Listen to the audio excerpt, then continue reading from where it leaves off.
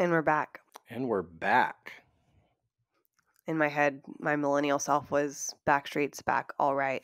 But really, it's Backstreet's Boy Girl Mom back. and Dad are back all right. All right. Yeah. Yeah. I'm Lauren. And I'm Nick. And we are the Boy Girl Mom and Dad podcast. Boy, girl, mom and dad here for the good times and the bad. From gender norms and stereotypes to making sure that the butts are wet. Boy, girl, mom and dad want grown-up time, you're going mad. It's a trip, but we'll guide you through with tips and tricks for boys and girls too.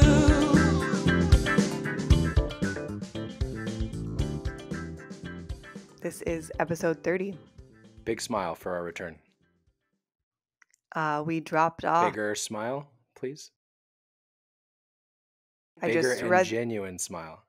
That was genuine. I just finished There it reading. is. I just finished reading the book How to Talk to Anyone, or 62 Tips of How to Talk to Anybody, and one of the tips was have a flooding smile. So when you look at someone, wait a second and then start smiling, and slowly, not like the Grinch, but like, so they know it's just for them and it feels more special and not necessarily intimate, but exclusive for them. Was this book How to Flirt with Other People? No, it wasn't. It kind of sounds like the Smile movie, the horror movie from recently. Oh, Yeah. no, it wasn't that. No? It's Okay. like an old book. It's been around for a while. Sorry, yeah. I'm not trying to damper your smile. I like that idea. Mm, As long as you don't look like the Smile characters, I look like that. I like that idea. Yeah, it's fine. I mean, anything that's made just for you feels more special, whether it's a gift or a note. And we are making this podcast for you. Oh, yeah. Yeah. All I can think about right now is, since we're talking into a microphone, I just recently went to one of those hair scalp spa places.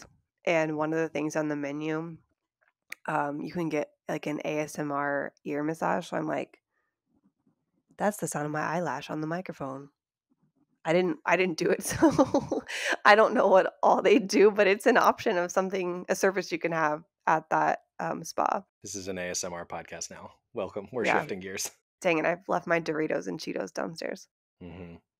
Yeah. So, like we said, we are back. This is episode 30, and it's titled, Where Have We Been? Where have we been? Because we kind of took a break, not from each other, but from the podcast, and it wasn't planned. And we kind of just like dipped out at episode 29. But we did a lot last year, and we didn't really take time off, and we kind of just were met with the need for time off. But our last episode was published like early November, and it was called The Productivity Problem. So when I was writing this outline, I was like, oh, I mean, I guess we kind of leaned into what we talked about in that episode of not focusing on productivity and more so focusing on people and relationships, or at least not putting productivity over that, because you miss out when you do that. Which, aside from not being able to record for a few months, was a good thing. And we definitely needed to focus our attention on other things. Not to say that this podcast takes our attention away, but just to your point, the productivity needed to take a backseat. I mean, just those few weeks when we published and just following, all of us were sick and we were trying to prepare for trips and it was chaos. Yeah. So hopefully you'll forgive us for not publishing for a few weeks, but it needed to happen. Yeah, I mean, honestly, this episode is not going to be I think it'll be a really fun episode, and I hope you love it, but it's more of a relaxed episode, I feel like, which can be a good thing, and just more so getting back into it, because honestly, I was kind of embarrassed of like, oh man, where have we been? Like, can we just start publishing again? Like, everything's fine, and I feel like that's human and relatable, so here we are. So, I know it's been a while, but before we get into the bulk of our episode, we have a tiff, and as I was sitting there writing the outline, I was like, oh man, I don't know if I have a tiff. And now that we're recording, I'm like, okay, can think of 5 that are bothering me, but I'll save those for another time. Between you and I? Yeah. Right. But actually this tiff I'm going to say is probably against me. It's not against you, and it's something that I have done. Like an internal tiff? No, let me just say it. Okay. Nick doesn't know. If you're new here, welcome. Thank you for being here. If I pick out the tiff, Nick doesn't know it ahead of time. And if Nick picks out the tiff, I don't know ahead of time, just so we have real time reactions. So this tiff is something that I am guilty of and I've experienced it other places, and now I want to be better, even better about it. And I think it was in the productivity episode I mentioned. I think we talked about it there a little bit. But I have been at 2 public places now that were kid places, and they started picking up the toys amidst us playing, and I was annoyed because I felt rushed and I felt like, "Hello, we're still here playing." And granted, these were 2 kid places, so I understand, like, you have to kinda keep some order in the chaos, but, like, the first one was a really fun, like, kid area. It's called Play Street. I'm not sure if we have them in California yet, but I went in Texas. Super fun. But again, it's a bunch of kids there, and you don't have to clean up the stuff really. It's like the, people who work there's job, and they actually close it down for, like, every time slot. They're like, "We'll close it and clean toys and put stuff away." So I'm like, "You can do that then." But there were times when we were sitting there playing and the person would just come up, like, behind us and, like, start putting stuff away, and I was annoyed because I'm like, "Is that what it feels like when I do that?" Or if I'm just focusing on putting away clothes and not my kids when I'm with them. And the other time was just recently here in LA. We went to, Nick wasn't there, but I went with my parents. He's been away for the weekend and they came and graciously helped me. We went to the Skirball in Los Angeles and they have a Noah's Ark exhibit. Really cool. I want to go back and bring Nick. If you're in LA, it's actually free on Thursdays. You just need to book it in advance, like when they open up the slots. But even then, the prices aren't horrible. I think kids are 7 and adults are 12, and kids under 2 are free. But it's just very sensory fun, and they would, like, come up and, like, Cypress and I'll put something down, and they would come up and, like, put it back immediately. And again, I understand, but I'm like, "This is what this area is for." And so it kind of just made me stop and think of, like, "Okay, I really need to focus on being in the moment," and I can see how that's annoying. So that's what I mean, it was a tiff against myself. Do you feel like you cleaning up quickly always means you're not in the moment? It's sometimes that's what I'm focused on of, like, I am thinking towards I it bothers me when the stuff isn't clean. It doesn't bother the kids per se. Like, I know that, putting toys away and, like, having too much can, like, overstimulate, and there are studies on that, but it does mean I'm sometimes not in the moment and just I thinking understand. about the next thing. I understand that if you're like doing dishes or laundry or something that's like not with them, but I feel like you're pretty good about when you clean up one toy when they're done with it and you pull out another one. Like that's in my head, that's not you being out of the moment. And it's like following their patterns. But I understand what you're saying. If you feel like you're cleaning up something they're actively doing and working on just because it makes you feel cluttered and disorganized, that I would agree with you. But it doesn't feel like that is usually the case, just to encourage you a bit. Yeah, there are certain things we've played with, like, if especially if I'm sitting on the floor playing with them and it's not, like, a free play situation. Like, we moved from magnet tiles to I bought, like, a cute little sensory Play-Doh kit where you build snowmen. They were done with the magnet tiles and wanted to play with the snowmen, so I was like, "We're gonna clean up the magnet tiles, and then we'll go to the snowman," just, like, trying to teach, Yeah. like, and still, like, cleaning up after ourselves before we move on to the next thing. And honestly, it's life. It's not always gonna be that way. We can't always clean the kitchen. There's sometimes, like, dishes in the sink when we leave the house, which bothers me to no end when we get back, but I also know in some instances, it's just what had to happen. So, teaching them, but also letting them know that it's you don't have to be rigid with those rules. It's very much living in the gray. Yeah, that's a good one. Like I agree with you that things being cleaned up when we come back or, haven't used a space for a while and come back, like their nursery or downstairs or whatever is preferable. But I also would love if one missing toy that we know is in our house doesn't consume your entire thought Oh process. my And gosh, it I don't know does. how. I'm not trying to insult you because it bothers me a little bit too, but I think that's part of the middle ground for me is like we don't always have to be perfectly clean. We can strive for it. And if we don't have time, to your point, for specific situations, it's okay, but we can strive for it. But if something goes missing for a day or two, it's okay. Can you tell me how you sleep at night when there's, like, one puzzle piece missing and you're like, "It has to be here somewhere," and all I can think about is that puzzle? Is that OCD? I don't really feel like I'm super OCD. Like, compare I feel like you're more OCD than I am, but, like, I think about that missing puzzle piece. I can tell you how I go to sleep. I use the Navy SEAL method. And I don't know how this doesn't work for you. It's beautiful. You lay back, you relax your face muscles, and you think over and over again, think about nothing. You go to sleep immediately. You It's wonderful. also go to sleep immediately regardless, I feel like, or at least before me.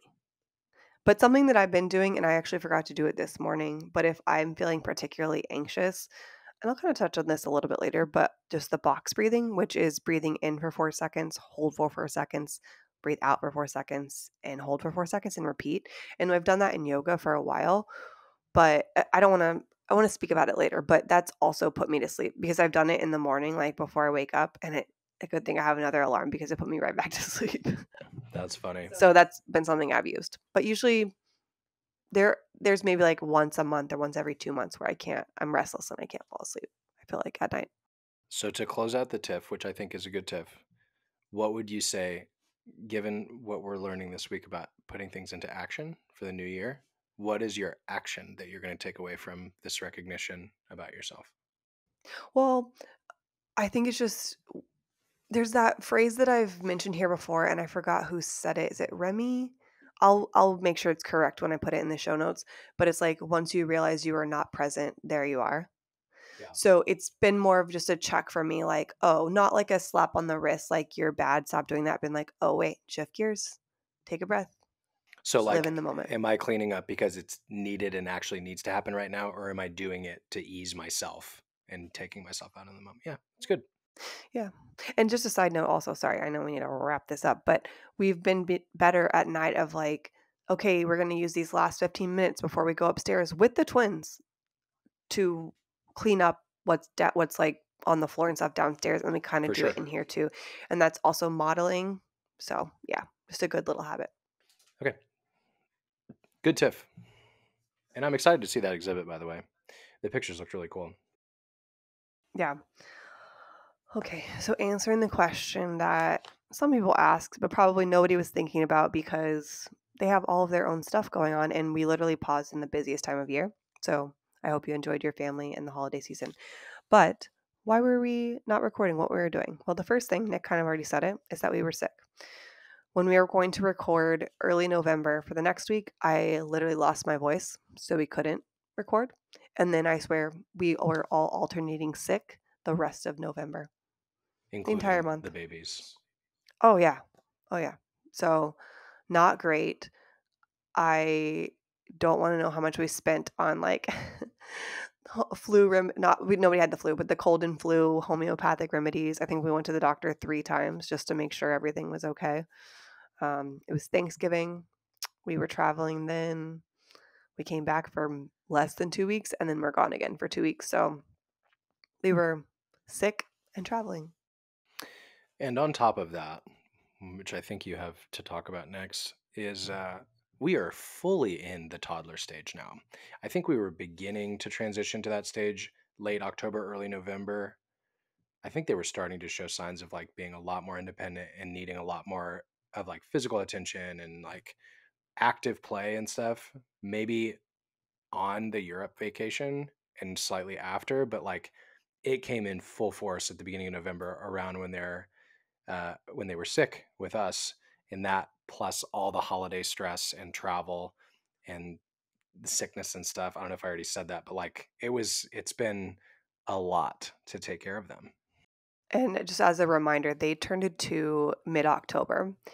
And actually, I was thinking about this, Nick, and we haven't talked about it because we literally have not had a chance to talk really because we are up at 6 and really don't leave the room till 8:30. And anyway, I'll say that in a second. Anyway, I was thinking about our Europe trip. We took them to London and Paris in September with us, and we did have my sister with us as to help us, and she was great. But I was thinking, like, I'm so glad we took them before they turned 2 because after 2, it was only, a couple weeks or a month or so, but 2-year-olds are a different beast, man. And like Nick said, it was like towards the end of October that we started noticing in like full force November. It's like, yeah, we've got full-fledged 2-year-olds. And Nick was like, I know it's hard, but this will be a great podcast episode. And then I'm over here, negative Nancy, like, are we ever going to record an episode again? And then also I'm like, but wait, I need to know what to tell people. Like, I don't have an answer for you yet. And Nick was like, that's what makes it real. That's what makes it real is because we don't know and we're going through this together. And I'm like, but I don't have an answer for you. So if you have an answer of how to get through toddler stages, let us know. I mean, really, honestly, we just had to adjust our mindset of like, this is our life right now because it's hard.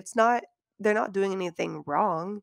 It's just like a common 2-year-old times two. So at the same time, having to cope with learning boundaries and big feelings and all that.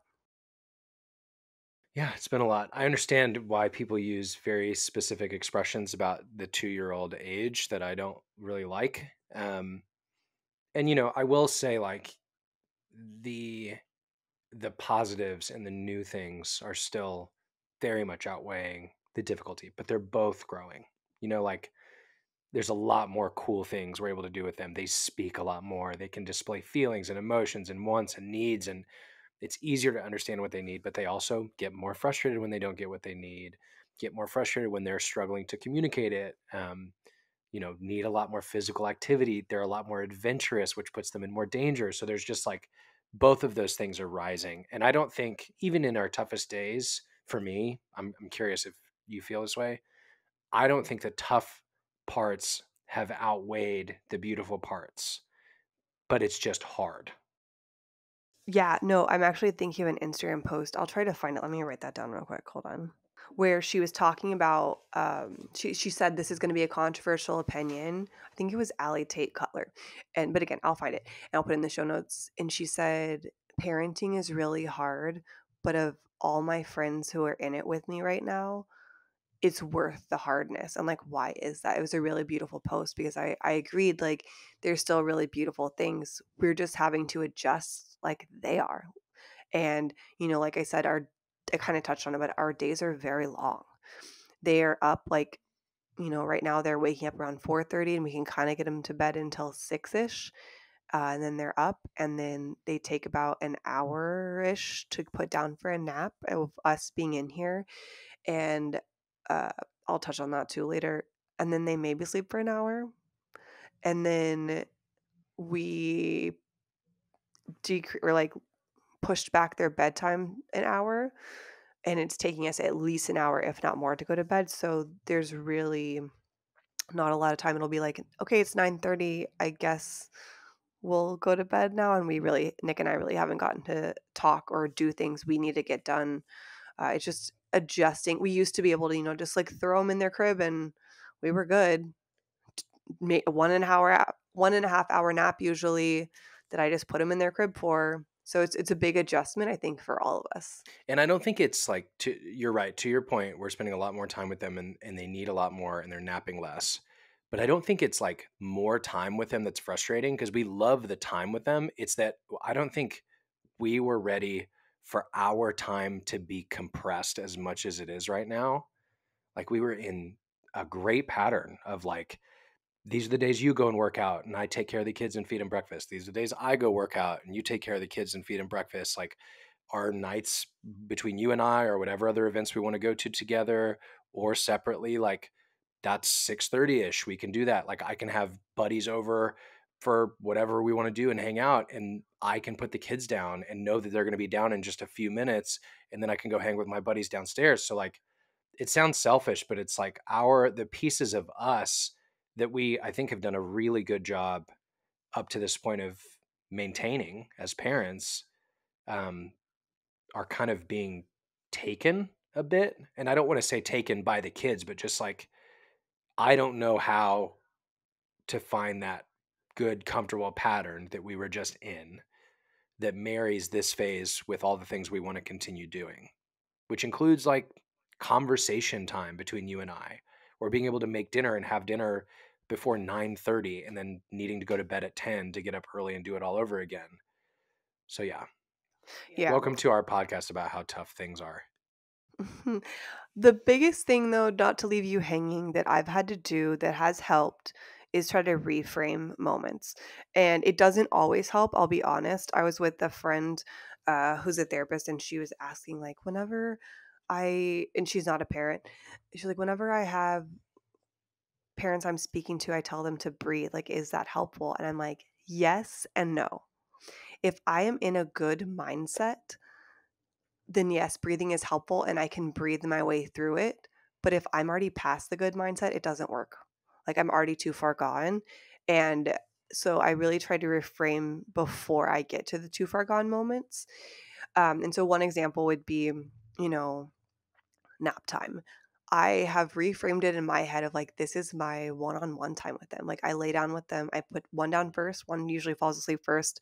The other one needs a little bit of time. So I let them play a little bit quietly. And then I'm with one and like, I'm like looking into their eyes and I'm like, this is my time with you.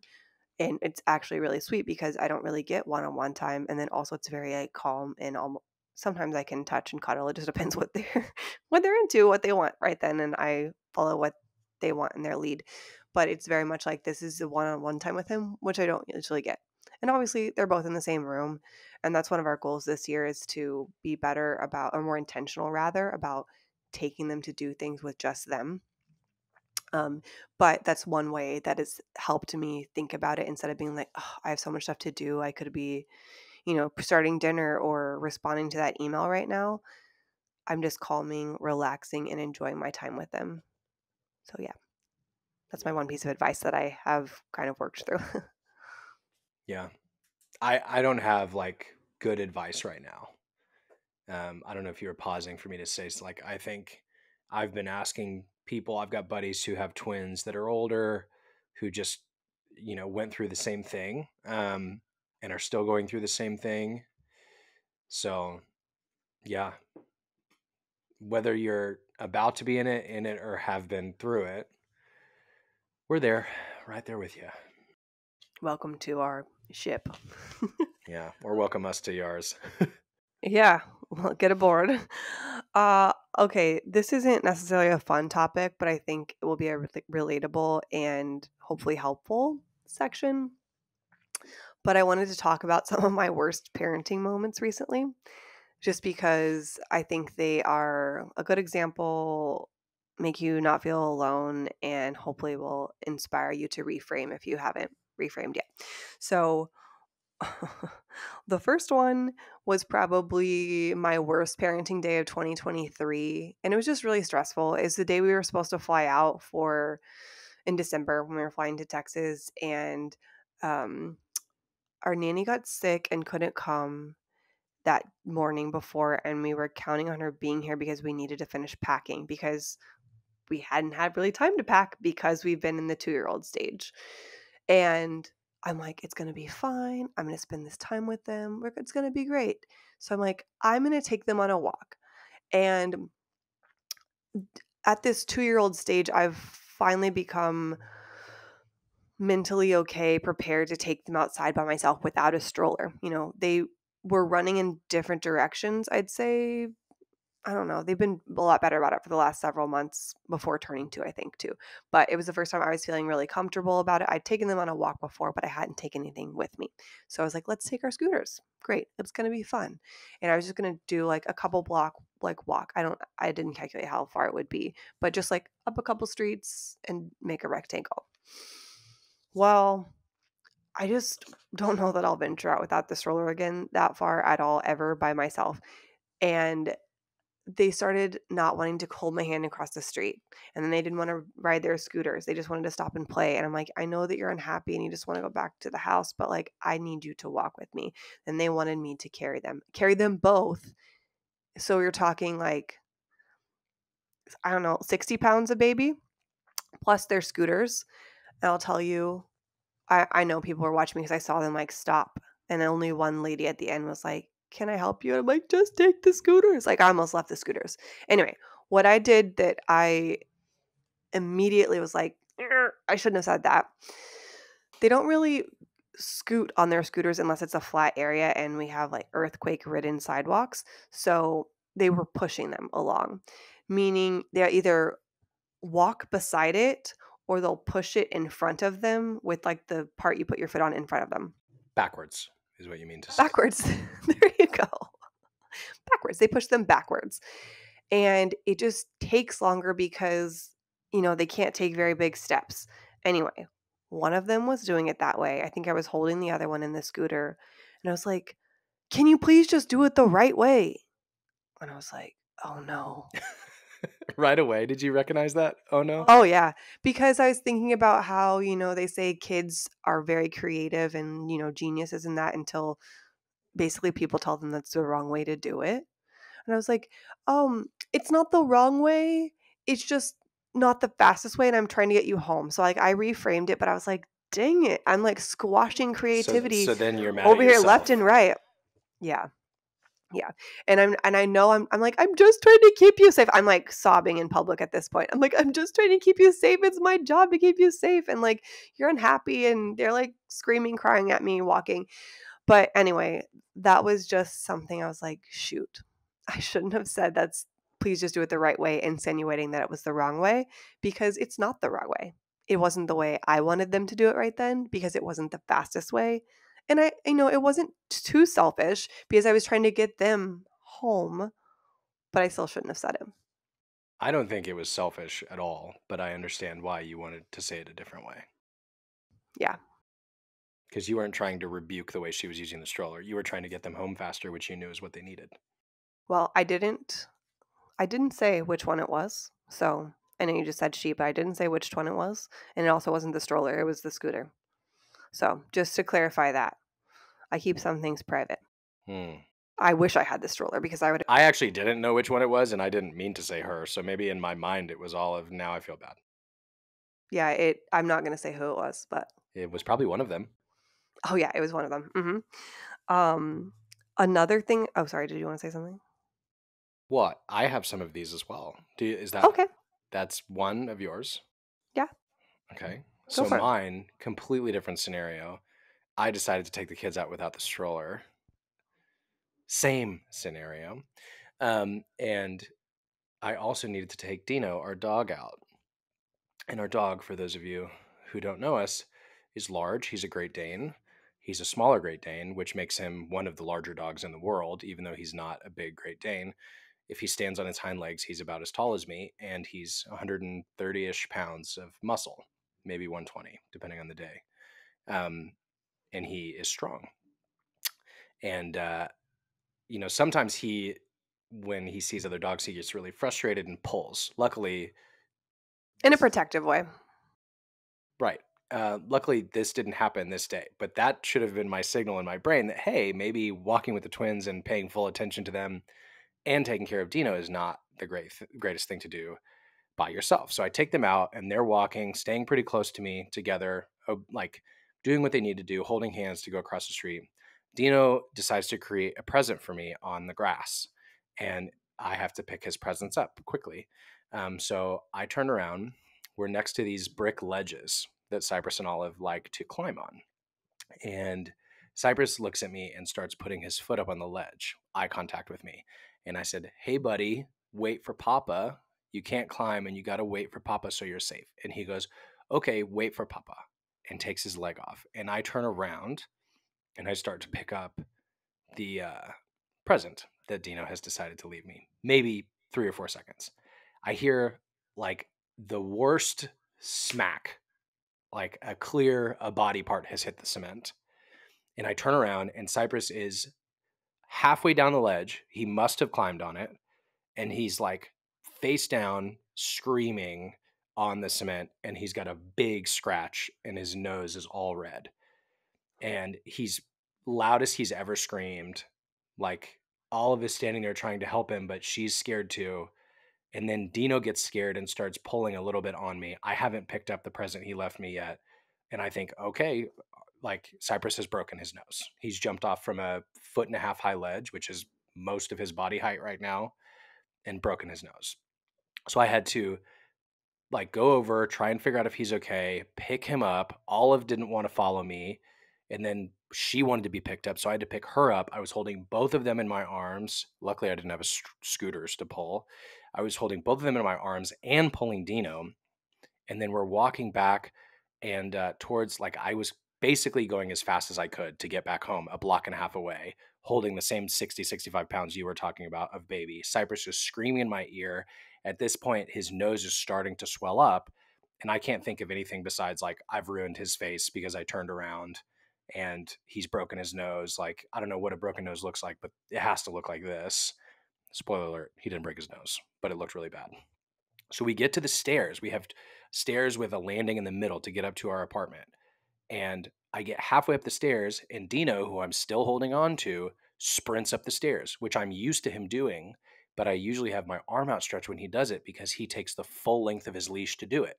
So he did that is going to make me sound like a bad dad. I've got Cypress in the left of my arm, like on my left arm. He pulls me and it pulls my arm out because Dino's so strong, and Cypress like falls maybe 6 inches. He was right by the stair, like hits his bottom on the stairs and then falls back and taps his head on the brick. And then he starts screaming again. So like I'm upset again at myself that I let that happen. Pick him up, like drop Dino's leash, hope that he's going to follow me, unlock somehow. I don't even know how I got the keys out to unlock the gate and get in. And I finally got them in. But like he's okay. His scratch on his nose is finally healing. It's not broken. His nose shape is okay. He's okay.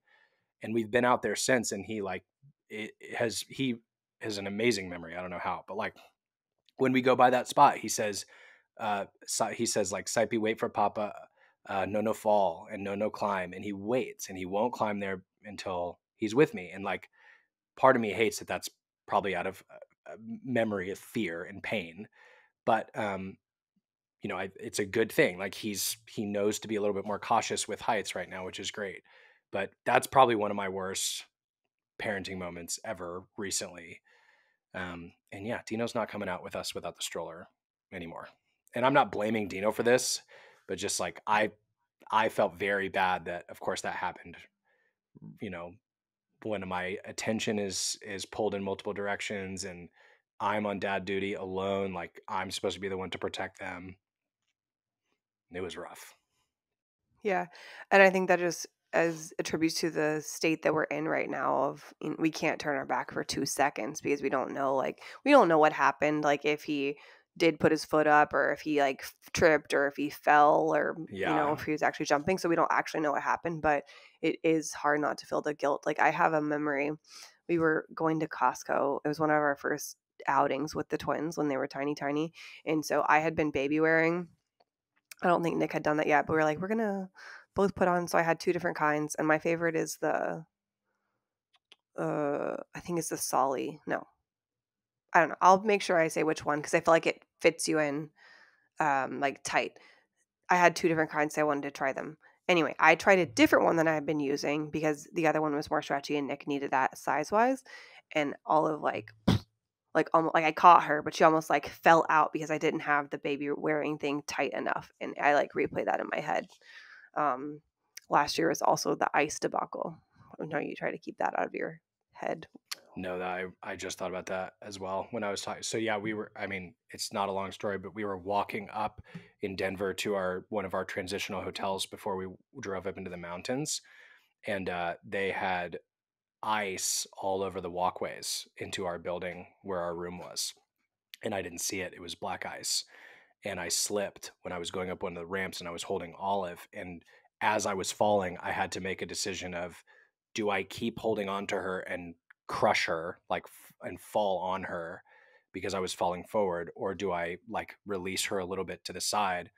And I instinctually released her, maybe 5 or 6 inches from the ground, but she like fell and hit the middle of her back on the ground. Wasn't from that high, but like she screamed. I was super upset, like fell right on my knees and my chest. And then of course, like I felt like the worst dad because I felt like it was my fault. Yeah. In retrospect, like the hotel ended up salting it after that happened, but like we were in the back, and so I think they just kind of neglected that area, and it wasn't heavily trafficked also. But so I'm agreeing with you. Yeah. But again, physical, I think we've done a lot on physical. Going back to mental, which was not a requirement, but I think the physical things are one-offs, and like the verbal are things that can happen every day. Well, I think those things are frustrating to us because they don't happen very often. And those were also like the worst thing. Like we are pretty good, not to be too prideful, but like I think we're pretty good at protecting them physically, especially against each other. Like if they're frustrated with each other about things. So yeah, those are the worst parenting moments of recent, minus the ice debacle. But like because they're being more adventurous toddlers that need a lot more oversight and attention. And we're also feeling like our own time is crushed. So it's difficult to pay attention to them as much as they need. So yeah. Yeah. Yeah. Ditto, 100% of that. So one thing I've caught myself saying just because I'm genuinely wondering it doesn't mean I need to say it because it's not a good thing to say. But I've said like in the moment when usually between the twin altercations, it's usually between the two of them, maybe something they're doing to something. I'm like, why would you do that? Because I'm genuinely wanting to know, like, we haven't mirrored it for you. Like, why are you doing that? And it's especially when they're hurting one another.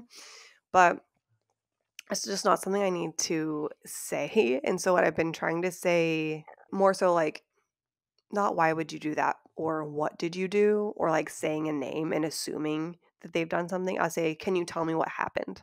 Because one of them at least will usually tell me exactly what happened. And then I try to go to it from there. But I don't want to assume that one did something, especially if I'm not looking. And I want them to be able to tell me so it doesn't feel like I'm just always saying one of their names and be like, so and so, like, why did you do that? Or what did you do to your sister? Or what did you do to your brother? And just like kind of like letting it play out between them and like being a good referee. I remember reading, I think it was Siblings Without Rivalry, which was really good. And just how you shouldn't get involved mainly when they're older, but between like sibling altercation and try to make them work it out between each other just because one, it may seem like you're picking one of them over the other one, which can create a hostile environment, but also it teaches them the skills of how to try to work through things or come to a compromise, which I think is really important. And we're not to that age yet, but I don't want to just have them hear me saying one name over again and just trying to let them tell me what happened. But I saw on Instagram this post that I'll put in the show notes, and it's similar but not the same, but I liked it as far as like the why would you do that question. And it was like a story you can scroll through, like written out. And it was basically a dad was mad that a kid put paper in his coffee and was like, why would you do that? And then the sibling ended up being like, she was trying to give you a note. It just accidentally fell in the coffee. Like, you're being mean to her type of thing. And like, you know, I don't think kids are inherently malicious and they're not trying to do bad things. They're not trying to, what's the word? Not control you. Go against you? What are you trying to say? Manipulate. They're not trying to manipulate you. Manipulate. They're not trying to manipulate. They're not trying to manipulate you. They're not trying to manipulate. Manipulate. They're not trying to manipulate you. There you go. And just assuming the best of them and letting them tell you what's going on to an extent, I feel like is good, especially when they're little. Yes, right now they like to pour the chia seeds into their oatmeal as the oatmeal is starting to be cooked. And they love to scoop with the tablespoon and pour, and they're still working on pouring all into the same pot or bowl. So yeah, same thing. Like we can choose to be frustrated that the chia seeds ended up on the ground, like they did last week, or we can choose to be excited that they're getting better at it and trying to help and willing to help. Yeah, because we've talked about it before, but I think it was in the Hunt, Gather, Parent book. But like this age, 2 to 3, is imperative for including them in things like laundry, cooking, all that when they want to. Because if you just send them away, and there are definitely times when I'm like, please go watch a movie. I'm just going to cook this meal. But a lot of the times, more often than not, we try to include them in cooking and like, okay, you can dump this in, you can dump this in because it's fun to them right now. But it also includes them so that hopefully they'll be not necessarily help. Like, I'm not just doing it to get something out of it. I genuinely like to cook, so does Nick. So we're hoping to include them in it, but just so that they are aware to be helpful of people, because that starts now. And just like, seeing what they can do to help with. They'll help, they don't put the silverware in the right spots, but they do help me empty the dishwasher and put them in the drawer, which I think is huge. Yeah. And we've shared it before, the do 3 and 1 you see of chores. So like the kids have 3 not that they do this right now, but in the future, you have to feed the cat, walk the dog, put your plate in the dishwasher, and then find one thing you think needs help with, just so that they're looking for that. Yeah, that's good. One of our favorite brands here on Boy Girl Mom and Dad is Primally Pure, and I just wanted to remind you of the discount code we had for it, BGMAD. Oh, sorry, that's usually your job. BGMAD. And you get a discount on every single order by using that code. And they've released some new products since we've last talked. And one of my favorite right now are the shower steamers. They're these little squares you put in the shower, and I think it's bergamot and eucalyptus scented. So good. Would be a great little Valentine's Day goodie or just one to yourself because it feels like a spa. Mm-hmm. They're great. They smell amazing when you're in the shower. I'm not even a shower scent person, and they're great. Yeah, I usually dump a bunch of peppermint essential oil when I'm taking a shower, but this is a real treat because it just lasts longer than the peppermint does, and I don't know, you should definitely try it out. And yeah, Yeah, and we like their other products like deodorant and the baby balm we use and that on the twins. body butter. There's a Yeah. bunch of stuff. Yeah, so something for everybody, including your little ones. BGMAD. Yeah, use code BGMAD for a discount and let us know what you think and what you like. One of the things that I've been doing in our time off is reading and listening to books. And I wanted to say listening because I know some people are like, I don't have time to read books. And I get it. But I love to listen to them, especially when the author's reading them. But, listen to it in place of a podcast. I like to, do a chore and listen to a book. So I always kind of have something on unless I'm writing. And so I'm going to share a couple of the books and stuff I've read and listened to. So one of the ones that I read with my mom book club was The Worry-Free Parent by Sissy Goff. It was really good. I literally took a bunch of notes on it and I read them to Nick and he was like, oh, that's good. Uh, it just has a lot of points on it, and knowing that not worrying is probably not going to happen, but there are ways you can combat it. And it was just a really good book. It is from a Christian perspective, um, but I think it has something that everyone can take something away from it and was really well written. Another good book that I read was Raising Good Humans by Hunter Clark Fields, and it's actually really short. I listened to it. It was only 5 hours, and it was good. It was a bit woo-woo in the sense that they talked about mindfulness, but both that and actually The Worry-Free Parent talked about how breathing helps and meditating really sets your day and just the science behind it of, I've done box breathing forever, but I haven't tried to start my day with that. And just like the brain and it's basically like medicine for your brain. It's just air, it's free. And just doing that can really, really center you. And so that's something I've been trying to do. But another thing I really liked in this book challenged you to think about who has the problem. And what I mean by that is it gave the example of a mom was frustrated that the kid left the backpack on the floor. And so she's angry and taking that anger out on the kid by like, I've told you a billion times, get your backpack off the floor, put it on the hook. Well, who has the problem with the backpack on the floor? The kid doesn't care. The mom, it bothers the mom as far as like organization and putting things away. And there's nothing inherently wrong with that. But because the kid doesn't see a problem with it, getting angry at them for that is not going to help. I understand the frustration and wanting things to be put away, but the anger doesn't help. It hinders. And so if you can just pause for a second and be like, okay, who has the problem with it? It's me. It's still frustrating, but just know that anger isn't going to help. And so again, just stopping and reframing. I really liked that point from the book. Yeah. Yeah. I like that. One book I'm about to read that I'll have to get back to you on is called There's No Such Thing as Bad Weather. And it's about like a Scandinavian mom and how I think it's like a Scandinavian version of Bringing Up Bebe and how like that's the French parenting. But I'm looking forward to reading that. And then I'm about to reread Crib Sheet and The Family Firm by Emily Oster. I loved her Expecting Better that I read all 3 of those books before the twins were even born, but I need to refresh myself on the latter 2.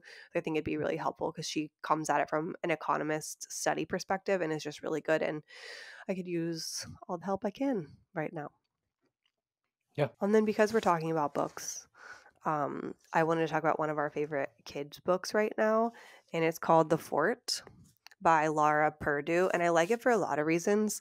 One of the reasons is that it just encourages imaginative play. And I feel like there are a lot of like girly books, but not a lot of boy books. And I will say that this has a girl in it, and so it's not just for boys. Both Olive and Cypress love it, but I like that it's kind of a more masculine energy book because I feel like there's not a ton on the market. Obviously, I know a lot of stuff is made and geared towards boys, but, I don't know, I really appreciated the book for that, but it still has a girl, there's a pirate, there's a prince, and there's a spaceship, and we're really into spaceships right now, and the author's a twin mom. So, anyway, if you're looking for a good little book for your kids, I really liked The Fort. We're reading it, like, every day. Are there any other books that you would like to discuss? I don't think so. Why? None at all? No new ones that are about to come out? Oh. I think I've teased it on our newsletter, which we send out every Wednesday, or we used to, but we're going to get back to doing. We do send out every Wednesday when we're actively recording. Yes. And I wrote a book, and I have the books in our house right now. We're going to send them to Amazon, and they'll be out hopefully in less than a month. It's a kid's book. I don't know how much I want to say about it right now, but that it's coming. Okay. You told me you wanted to mention it. Yeah, I think I wanted to tease it. Okay. Successfully teased. Yeah. Thank you for reminding me. It was at the very I'm end. very excited about this. I am too. Not a lot of people can say they're married to a writer. I can. Thank you. I'm excited about it. There's been some bumps that I'm sure I'll talk about, but it's all part of the process. And I'm glad it's here. Would be cute in a Valentine's Day basket. Just saying. Well, everything that's been successful has had no problems at all whatsoever, so you must be an anomaly if you had some bumps along the way of writing a book. There was a printing, just to cut to it, there was a printing error and I had to reprint everything. And I was honestly really distraught about it. Right now, I'm kind of past it. It's still frustrating and it obviously added to the overall cost, but I'm kind of like moved past it at this point. But Nick was like, there are errors in the original Harry Potter books. I'm like, I am not her. I'm not J.K. Rowling. Thank you. But I don't think that these are going to be like find the error books. I don't plan on selling them. So, yeah. Thank you for bringing it up. You don't plan on selling them? The errored book? Oh, the errored books. I was like, what are you talking about? No. Of course we're going to No. sell them. Okay. Yeah. Yeah, thank you for bringing it up. Thank you for writing it. I'll talk more about it whenever it's out so you can buy it. It was a fun process. So we usually end our episodes with an Ask BGMAD, and I don't have one from other people, but I have one for us that we've asked people, and so I thought I'd ask you. How do your kids sleep, and when did you change their room? Like, when did you separate them? And I asked that because our twins share a room, and there are a lot of ways I think that having them not sleep in the same room would be really helpful to each other's sleep. And so, I have one friend who she has twins and they have an air mattress and one of them at least like naps outside of the room. Another friend told me, like, yeah, we can't have them share a room or a bathroom or any of that just because one of them would wake each other up. And we do experience that. And so for those of you who have to share a room, like, what did you do? Did you get an air mattress? Did they sleep at night out of the room? Is it just the nap? Like, honestly, how did you survive? Because I think that this is worse than newborn phase. Maybe because I wasn't expecting it and I was expecting the lack of sleep with the newborn phase and was prepared for it. And we were like, it's not that bad. But you also have a baby who sleeps most of the day at that point too. So to clarify your question a little bit, you're saying what is the sleep advice for people who have kids around the 2 to 3 age that are sharing a room and maybe having trouble napping or getting to sleep or staying asleep during the nap or during the nighttime, right? Yeah, that's it. So if you have any help, let us know. I was even looking at, I don't know when I'm going to have time to read it, but like sleep training for toddlers and like that whole thing. So I'm like, at this point, I feel like that's what we have to do. You don't know when you'll have time to read it yet. You just listed out 4 books that you've read recently. I don't think I can listen to it. You might be able to. Maybe. I don't know. This is something I'm looking into. Yeah. Well, we're excited to be back. We're here. I know that if you're a parent, I'm sure you understand why we had to pause, but fear not. We do plan to keep recording and keep growing alongside you guys. And we've got thoughts about interviews and new subjects and a lot of things coming. So Please stay here. Thank you for listening. Yeah, if you have any topic requests, please shoot them our way. We're happy to do it. We do want to do more interviews this year. We're going to talk about taking our toddlers to Europe with us. That was a heavily requested topic. Like Nick already asked me, there's a book coming. We're hoping to get some merch. So yeah, lots of good things coming. And thank you for listening and sticking with us. And if you're new, please stick with us too. You can follow us on Instagram at boygirlmom.com. You can check out our website at boygirlmom.com. Subscribe to our newsletter. We send it out every Wednesday. Yeah. Thank you for listening, and thank you for growing with us. Yes, thank you. Boy, girl, mom, and dad. Gotta wash those butts together. It's a trip, but we'll guide you through with tips and tricks for boys and girls too.